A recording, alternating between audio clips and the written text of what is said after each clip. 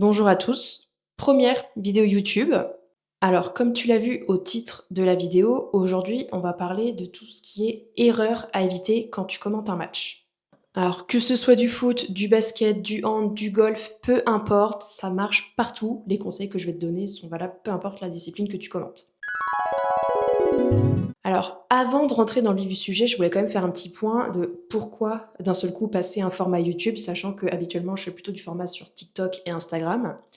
En fait, c'est tout simplement que bien que ce soit deux plateformes qui ont plein d'avantages, il y a quand même beaucoup de contraintes. Il faut que les vidéos soient plutôt courtes, qu'on capte tout de suite l'attention du spectateur et en fait tout ça, ça crée beaucoup de contraintes, qui fait qu'en fait, il y a certains sujets que je peux juste pas traiter. Typiquement, cette vidéo et initialement, je voulais la faire au format TikTok, mais en fait, je pouvais pas parler et faire le tour de tout ce que j'avais à vous dire, sans, du coup, créer une vidéo, un peu nulle, qui va pas, jusqu'au fond du sujet.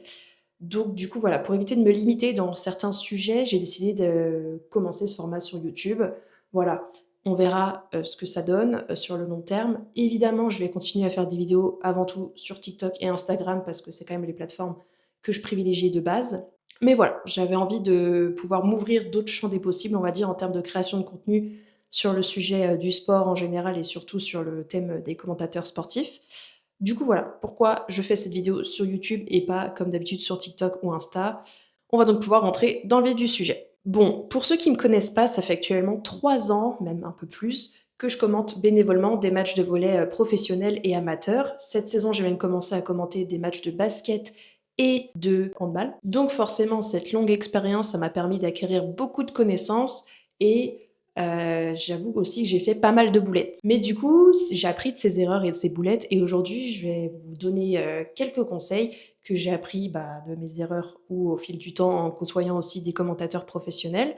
Bref, l'idée, c'est de vous donner ces conseils pour vous aider à vous améliorer dans vos commentaires, que ce soit, de façon amateur ou professionnelle.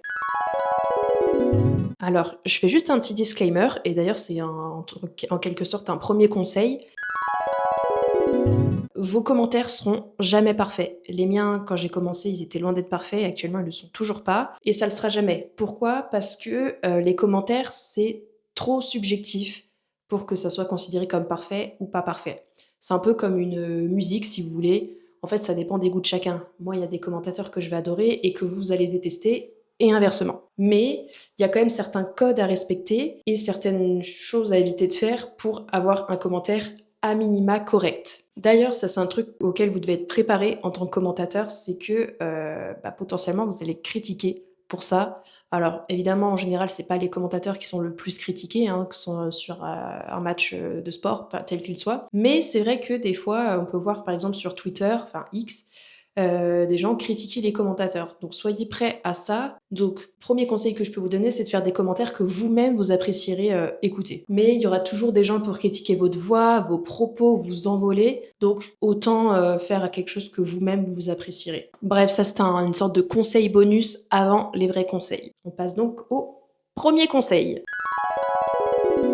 Arrête de tout le temps vouloir parler. Ferme ta grande gueule.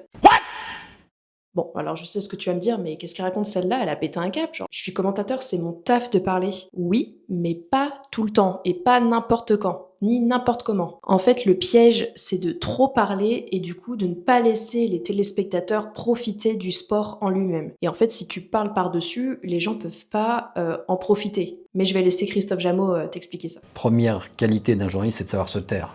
On pourra en reparler, donner Bien quelques sûr. conseils, mais voilà, il y a des sports qui se prêtent vraiment au silence et malheureusement, il y a plein de journalistes qui l'oublient et qui sont plus une sorte de Faut parler à tout prix. Richard Klederman de l'ascenseur, quoi. C'est Ok. qui sonne une sorte de musicomètre parce qu'il faut remplir l'espace. Non, non, le sport c'est de l'émotion, c'est des bruits, c'est des sons, c'est des choses comme ça. Et raconter, c'est marquer des silences, c'est se taire, c'est écouter. Certains livres pour les enfants, il y a de la musique. Tu sais, quand tu dois tourner les pages, Ouais. c'est pareil. Tu as la musique des supporters, tu as la musique si tu as un entraîneur qui gueule et tu as envie de l'entendre, si tu parles à ce moment-là, Oui, c'est sûr. c'est un peu gênant, quoi. Je pense qu'à une époque, peut-être que j'étais trop bavard. Souvent, c'est pour quand tu parles beaucoup, c'est pour remplir l'espace, pour combler les vides, parce que tu as la peur du vide. Donc tu dis, je vais me mettre du sable et ce sera plus confort. Non, c'est une erreur. En gros, pour résumer les propos de Christophe, il faut que tu accompagnes l'action avec tes paroles. Au passage, je t'invite à aller voir l'interview de Christophe parce qu'il donne plein d'astuces et d'anecdotes super intéressantes sur le métier de commentateur et de journaliste sportif en général. C'est dispo sur ma chaîne YouTube, c'est la seule vidéo que j'ai postée à ce jour. Deuxième conseil, hydrate-toi. Quand tu commentes, même si du coup tu dois garder des silences, évidemment que tu vas parler. Beaucoup même. Et donc tu peux rapidement avoir soif et avoir une sensation d'assèchement dans la bouche qui peut te créer des difficultés à articuler. Et personne n'a envie d'écouter un commentateur ou une commentatrice qui arrive même pas à articuler 3 mots. Donc prends toujours de quoi boire avec toi. Et évite les boissons gazeuses ou trop sucrées parce que ça peut te donner des gaz et en fait te donner envie de rôter. Et on va pas se mentir, c'est compliqué de rebondir quand tu viens de lâcher un énorme rot dans les oreilles des téléspectateurs. Oui, je parle par expérience.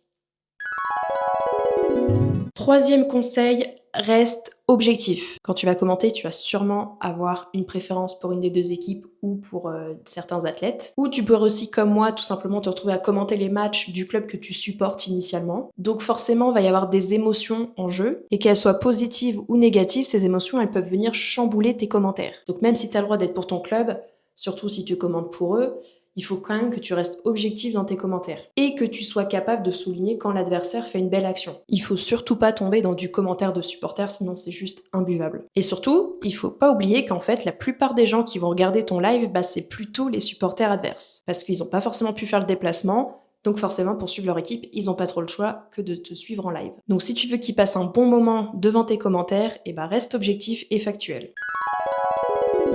Quatrième conseil, arrête de croire que tu peux commenter sans tes fiches. J'ai croisé trop de gens qui commentaient sans fiches, sans aucune préparation et qui pensaient qu'ils allaient faire ça bien, par peut-être le pouvoir du Saint-Esprit.